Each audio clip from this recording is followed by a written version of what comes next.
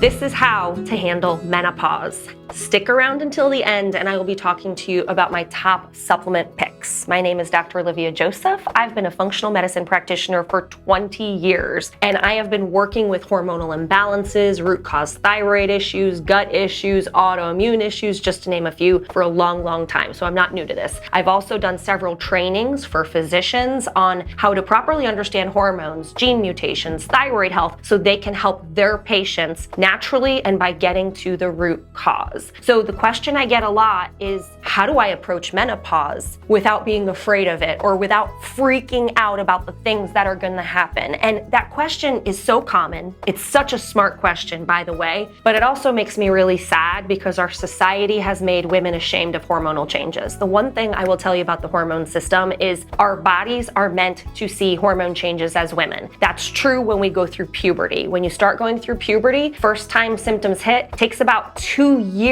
before you actually develop a period. So you're going through puberty before you even have your first period. Then what happens is you have these fertile years. So that's the window of time where your uterus and ovaries are regulating your hormones. The main reason for that is pregnancy. There's no other reason for that uterus and ovaries other than to help with fertility and having babies. So those hormones are supposed to be changing. So your progesterone, your estrogen levels, they're different when you're on your period. They're different when you're ovulating. They're different when you're on birth control or hormone replacement therapy. They're also different when you're nursing. So our hormones are always supposed to be changing, and unfortunately, that means there's a lot of ups and downs for us. There might be a lot of symptoms that occur sometime during your hormonal years. If you have a hormonal imbalance, perimenopause and menopause are going to be way worse. I'm going to say that one more time. If you have a hormonal imbalance, perimenopause and menopause are going to be way worse. So I see a lot of postmenopausal women who come to work with me and they're like, well, I'm postmenopausal. Why would you check my hormones? And I'm like, oh, your hormones are so important. You need them to work for you and not work against you. Let's see what the balance is of the hormone system. Just because your uterus and ovaries shut down and shut off doesn't mean life is over. And it also doesn't mean that you're going to experience symptoms. Some women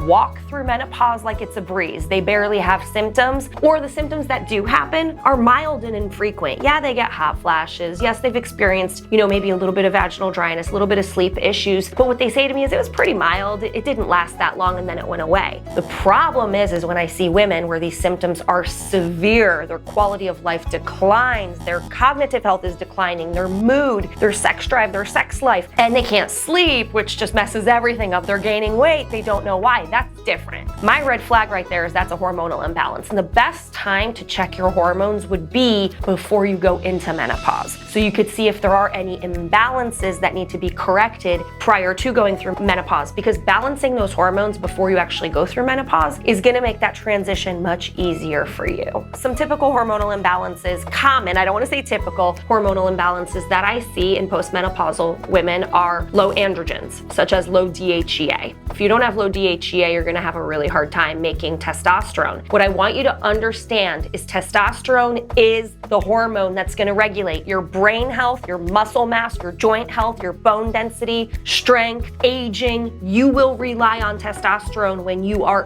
postmenopausal. Those ovaries are no longer doing it. The uterus is no longer contributing. So it's really important that you have healthy testosterone levels going into perimenopause and menopause. I do also look at the balance of progesterone and estrogen. Men have estrogen too, and they don't have a uterus and ovaries, right? We're getting exposed to things called xenoestrogens or estrogens in our environment. So if you are estrogen dominant and you're a postmenopausal female, you're going to be more likely to have those weight issues. But the other thing is there's going to be a higher risk for a hormone positive cancer postmenopause. So we want to assess those things. We want to check your cortisol levels, because whether you're in your teens, 20s, 30s, 40s, 50s, 60s, 80s, 90s, cortisol is regulating blood pressure, blood sugar, energy, how you deal with stress, sleep. But cortisol is regulating those androgens like DHEA and pregnenolone, and those androgens are what are regulating your sex hormones. So pregnenolone is one that I really find useful for sleep, for making more progesterone if needed. And you got to think about your hormone history, right? So before you go into menopause, what I always think is, what did your hormone health look like during your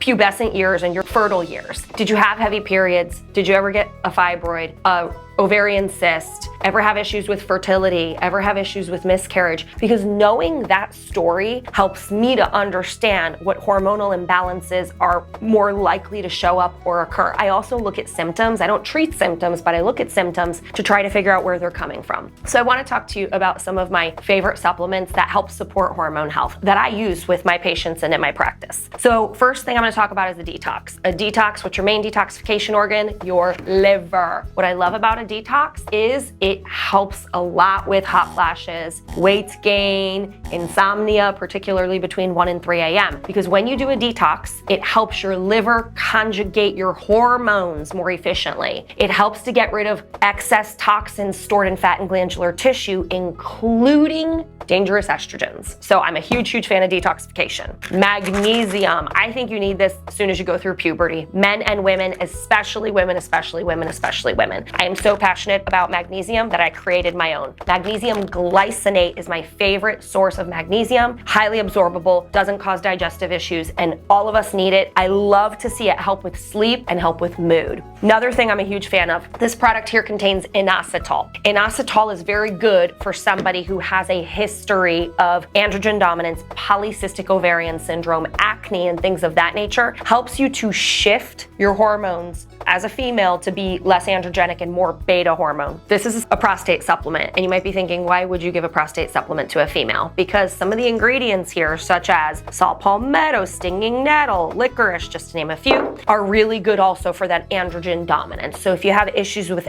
acne, anger, irritability, cystic acne, this is a really good product. If you have a history of cysts on your ovaries, if you have a history of PCOS, that's something that's going to help support it. And really, I do hormone testing to see if you're androgen dominant. You could check DHEA, you could check testosterone, but if you do a Dutch complete test by Precision Analytics, it actually checks to see what your hormones are converting to, androgen, beta, and it also checks specifically for estrogen dominance in dangerous estrogens, and you're able to see some sleep and brain hormones, which really control not only sleep, but your mood. Balance, I'm a big fan of this, especially if you're in perimenopause and you have a lot of bleeding. That's one of the downsides to perimenopause before you go into menopause. You start having longer, more frequent cycles. The ingredients here are licorice root, white peony root, and chasteberry, which is a pretty common one that's used for uterine health. So this could be used when you're having periods. This could be used for fertility outcome, but this can be used in a postmenopausal or perimenopausal female if you're experiencing some of those bleeding issues. CDG, which is calcium D-glucarate, indole 3-carbinol, and DIM. This is a product specifically designed for people with high levels of dangerous estrogens to reduce your risk for hormone-positive cancer, to reduce heavy bleeding, and to reduce